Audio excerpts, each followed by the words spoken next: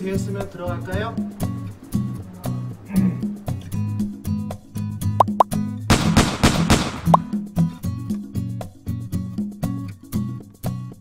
시청자 여러분 안녕하십니까?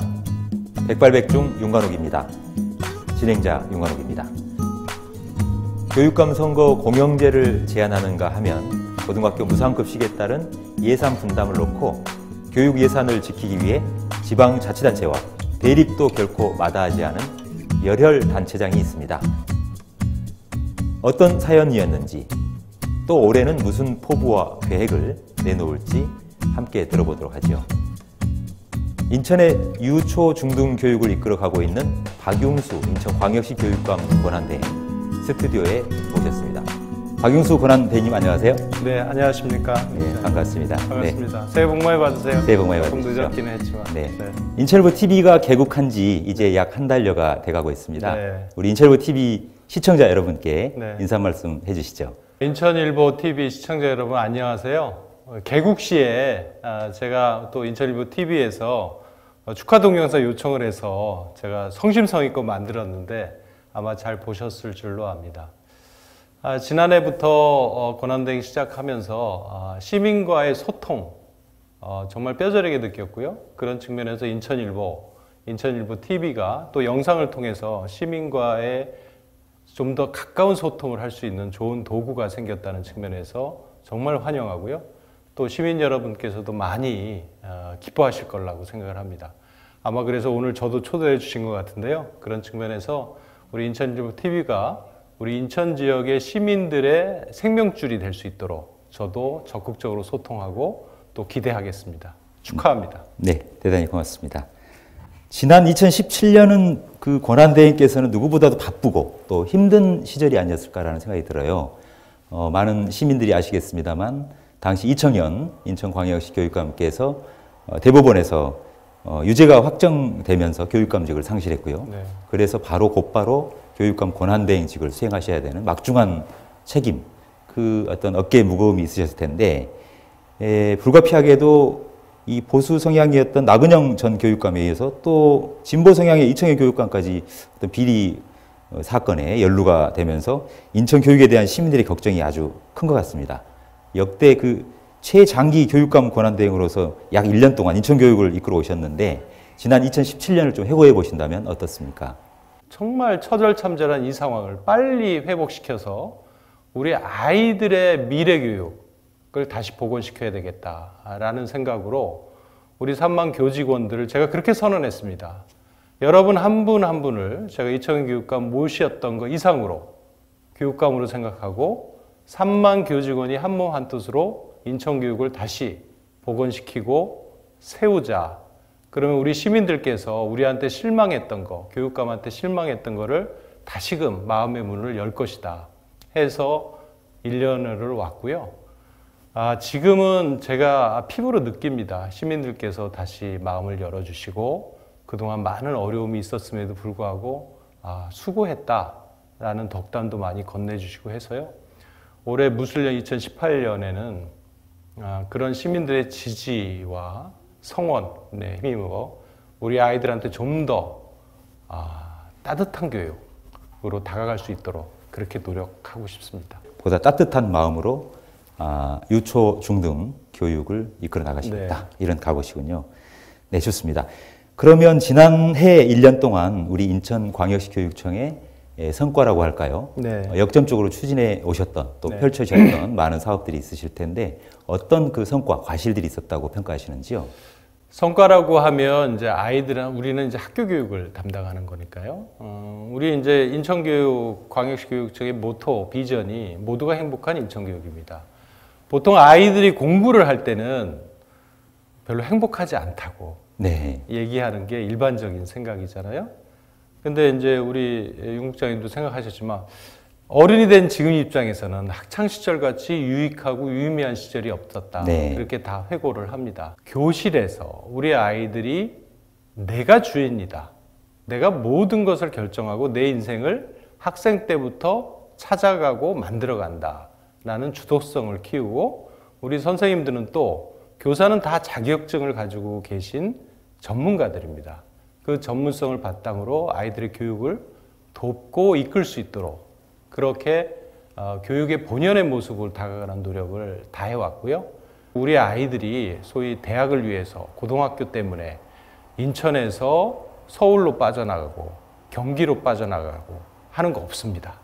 오히려 그쪽 학생들이 유입되는 경우가 요즘은 더 많고요. 네. 그래서 인천 교육이 상당히 질적으로, 양적으로 상당히 변모를 했다라는 말씀을 드리고요. 네. 그런 부분들이 혹시 실체 그러니까 통계로 다 나왔어요. 예, 나오는 부분이 있나요? 그럼 예. 그거는 이제 통계로 아이들의 합격과 관련된 거는 네. 통계로 당연히 나와 있죠. 네. 이 부분은 이제 학부모들의 관심이 워낙 지대하기 때문에. 그렇죠. 그거는 네. 이제 뭐 인터넷에서 서치를 해보면 네. 인천 교육의 실적이 바로 나옵니다. 예. 조회를 해보셨으면 좋겠고요. 네, 잘 알겠습니다. 특히 인천이 300만이 넘었지만 학생 수는요, 2000년 대비 2017년은 28%가 줄었어요. 네, 오히려 줄어들었군요. 오히려 인구는 늘었지만. 예. 그러다 보니까 학생 수는 주는데 저희 인천은 학교 수와 교사 수는 계속 늘었거든요. 네. 다행히 이제 그런 부분에서 작년에 저희가 학교 신설을 6개를 승인을 받았습니다. 교육부로부터. 이거는 전국 최고 수준이고요. 지금 말씀해 주셨으니까요. 이 남동구 남천동에 있는 도림고 같은 경우엔 이 지역사회 갈등이 굉장히 많았어요. 네. 제 기억으로는. 학교를 이전하는 부분에 대해서 기존 학부모 또 학생들의 어떤 불만, 반발 부분들이 있었고요. 그럼 그 부분에 대해서 지역 주민 여론들을 충분히 수렴해서 합일점을 찾으셨다 이런 말씀이 그렇습니다. 있군요. 네. 인천 교육에 있어서 큰 변화 중에 하나를 꼽으라라고 한다면 고등학교 무상급식 아닐까 싶습니다. 권한대행님. 네. 예, 그런데 제 기억이 맞다면 지난해 이 고등학생에 대한 무상급식 부분을 우리 인천광역시 교육청에서 주도적으로 추진했던 게 아니라 인천광역시에서 오히려 일방적으로 발표를 하고 추진하겠다라고 했어요. 네.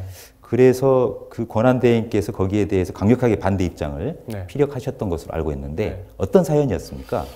윤국장님 거기서 한 가지 조금 제가 정정을 요구하고 싶은데요. 무상급식을 교육감인 제가 아이들 밥 주는 거를 반대할 리는 만무하죠. 네. 반대한 적은 없고요. 다만 시장님께서 그러니까 교육감 업무를 시장이 제안을 한 거거든요.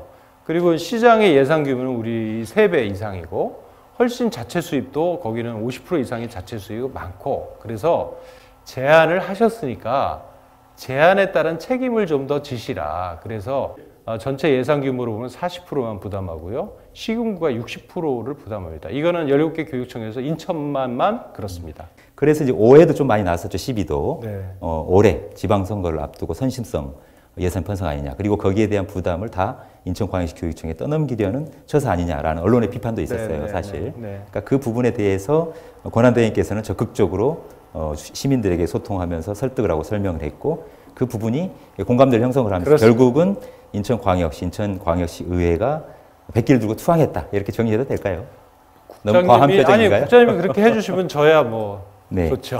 그렇습니다. 시민들이 그렇게 보지 않는나 네. 언론에서 그렇게 보도를 하고 있더라고요. 예, 잘 알겠습니다. 그런 연장성산에서 보면 올해 7개 직종 21명을 이제 무기계약직으로 다 전환하고 네. 또 학교에서 근무하시는 당직원들, 네. 청소원들 이런 이 용역 근로자들 한 1,300여 명이 된다죠. 이분들에 대해서도 전체적으로 다 이제 직접 고용으로 체제를 완전히 전환하는 방안으로 하반기에 추진하고 겁니다. 계시다는데 맞나요? 맞습니다. 제가 기억하기에는 그게 이제 김영삼 대통령 때 그 세계화하면서 소위 신자유주의 얘기하면서 이 공공 부분에도 아웃소싱을 많이 했거든요. 그래서 용역을 많이 줬습니다. 네. 그때 이 대세는 그렇게 아웃소싱을 하는 게 좋은 제도다 이렇게 됐는데 어쨌든 문재인 정부 들어와서 이제 그런 부분도 직고용을 하라 이제 이런 정책 방향을 제시해 줘서 네. 저희도 적극적으로 동참하는 그런 자세인 겁니다. 그렇군요. 올해 그러면 우리 인천광역시 교육청이 역점적으로 좀 추진해 나가실 사업은 어떤 영역이 있습니까? 기본적으로 올해 이제 비전 내지는 실천 모토 이거를 제가 딱 2가지로 정했습니다. 첫 번째는 따뜻한 교육입니다. 네. 2번째는 정직한 행정입니다. 우리는 지금 일상적으로 이 공교육 체제는 너무나 당연하게 생각하잖아요. 그냥 우리 숨 쉬는 공기처럼. 그렇지만 우리 부모님 세대만 한번 떠올려 봐도 뭐 중학교 나온 분도 거의 없습니다. 근데 지금 우리 아이들 같은 경우는 대부분이 자기가 원하면 대학교까지 졸업합니다. 이 정도로 교육이 일반화 됐거든요. 근데 이제 교육이라는 거는 이렇게 일반화가 됐지만 여기까지 교육이 오기까지는 사실 우리 선조들이 엄청난 노력을 했죠. 교육은 네. 기본적으로 시작할 때는 개인 전속적인 거였습니다.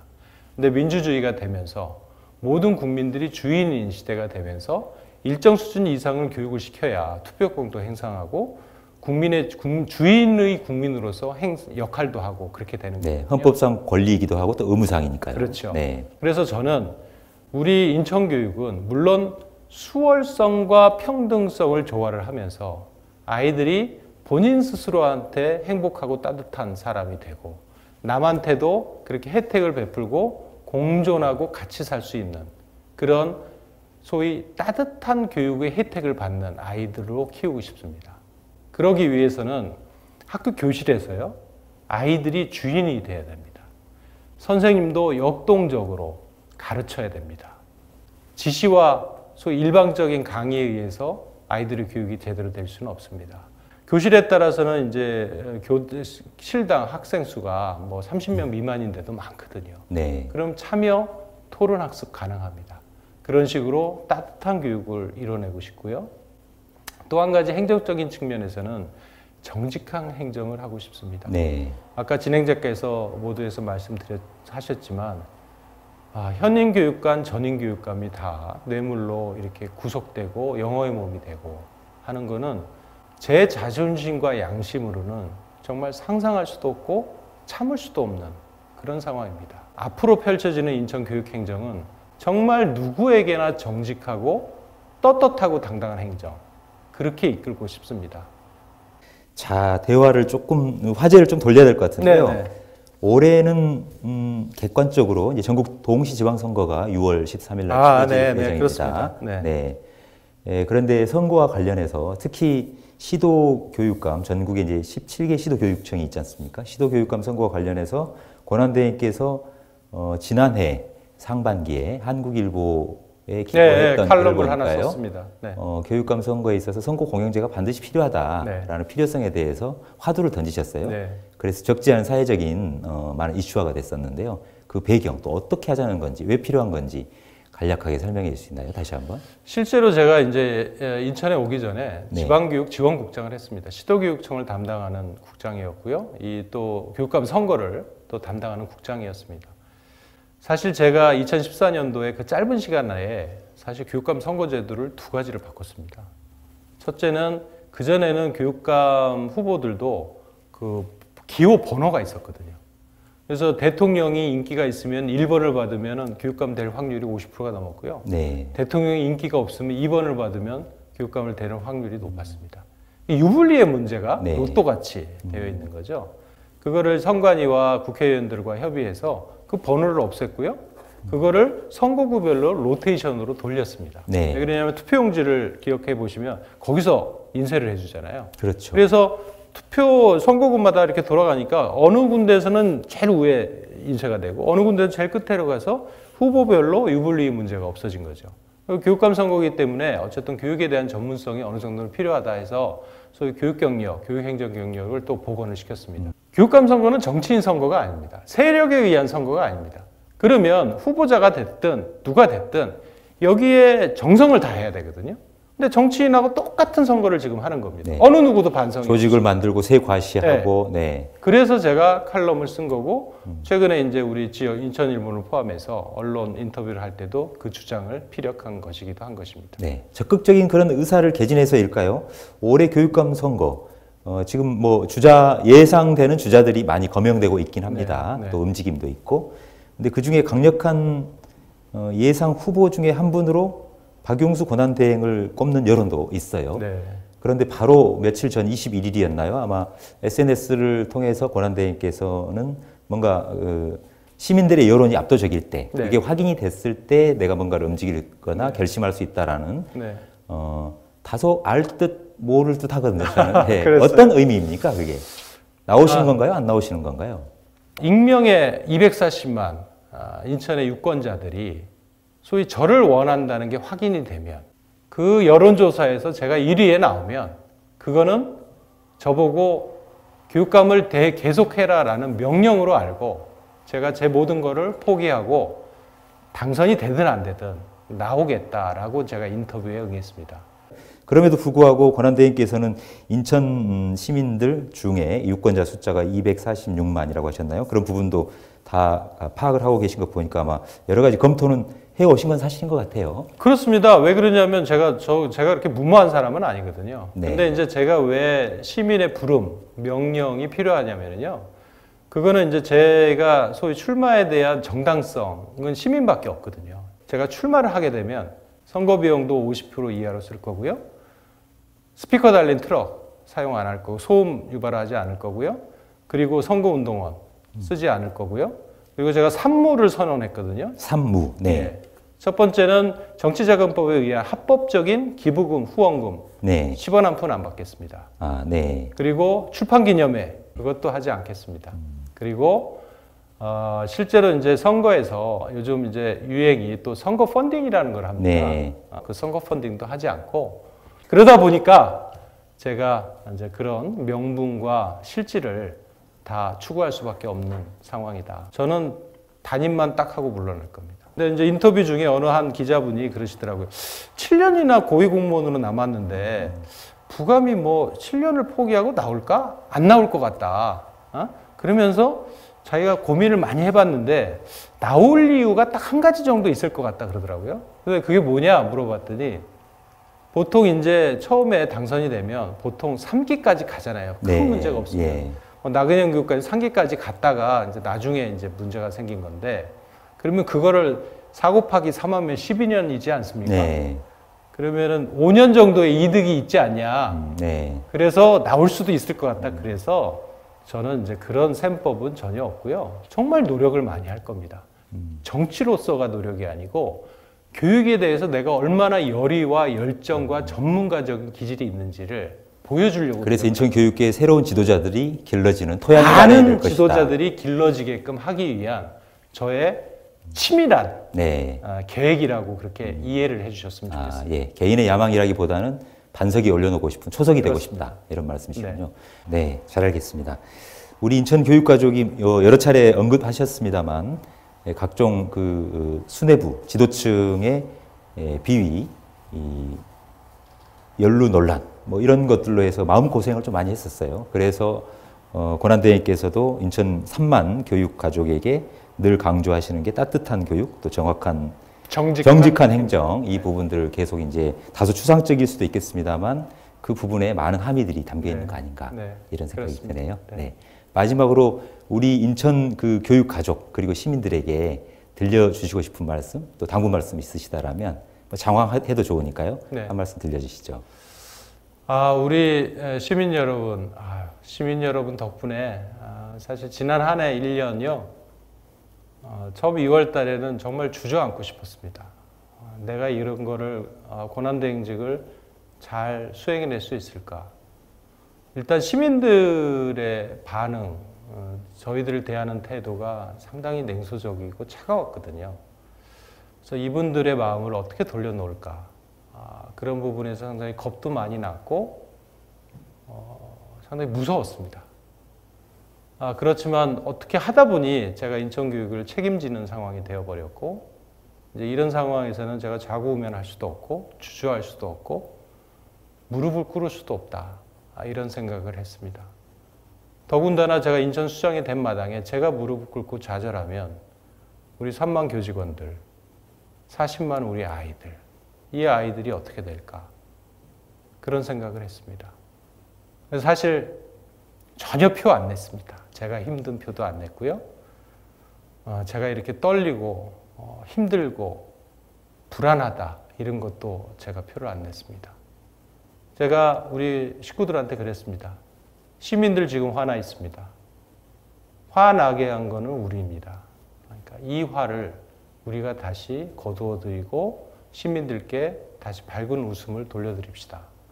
여러분들이 저를 믿고 적어도 3개월 따라주고 무실력행하듯 와신 상담하면서 실천하면 시민들의 문, 시민들의 미소 다시 우리한테 돌려주실 것이다 라고 얘기했습니다. 그 결과는 그 예상은 결과로 나왔습니다. 시민들께서 다시 지원해 주셨고요. 제가 학부모들을 만나는 각종 자리에서 2월, 3월에 냉담했던 반응이 4월, 5월부터는 다시 환해졌고 환호해 주셨고 믿는다라고 악수를 할 때 불끈 잡아주셨습니다.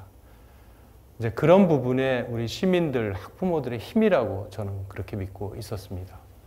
아까 우리 대담 중에 나왔지만 작년 12월 고교 무상급식을 하면서 참 힘든 싸움이었습니다. 정치인들 모두, 시청 공무원들 모두가 저희 적이었거든요. 저 한 사람을 두고 그렇게 힘들게 했습니다. 그때 다시 떠올린 거는 시민과 우리 아이들의 눈망울이었습니다. 시민들한테 정확히 알리면 이 시민들께서 분명히 지지해 주시고 성원해 주실 거다. 우리 아이들의 눈망울을, 저 눈망울을 보면서 내가 이 자리에서 포기하거나 무릎 꿇을 수 없다. 그렇게 해서 최종적으로 승리했습니다. 426억이라는 교육 예산 올해부터 계속 확보했고요. 그런 마음으로 제가 인천에 있는 동안 한결같은 그 마음으로 초심을 잃지 않고 인천교육에 매진하겠습니다. 우리 시민 여러분 계속 성원해 주시고 지지해 주시기 바랍니다. 고맙습니다. 시간 허락해 주시고 그 귀한 인터뷰에 응해 주셔서 대단히 감사합니다. 기회해 주셔서 고맙습니다. 네, 감사합니다. 네. 불행한 전철을 밟아 3만 인천 교직원들에게 깊은 마음의 상처를 안긴 전임 민선 교육감들이 못다한 못까지 사력을 다해 일하겠다. 따뜻한 교육, 정직한 행정을 통해 300만 시민에게 신뢰와 사랑받는 인천 교육을 일구겠다. 설령 차기 교육감 선거에 출마하더라도 정치 후원금 안 받고 출판 기념회 하지 않고 선거자금 펀딩도 하지 않는 삼무를 실천해 보이겠다. 새학기 시작과 동시에 일일 학생 체험을 재개하는 등 학교 현장에서 답을 찾도록 하겠다. 박용수 인천광역시 교육감 권한대행의 결기를 엿볼 수 있었던 것 같습니다. 백발백중 윤관욱입니다. 오늘 순서는 여기까지입니다. 저는 다음 시간에 찾아오겠습니다.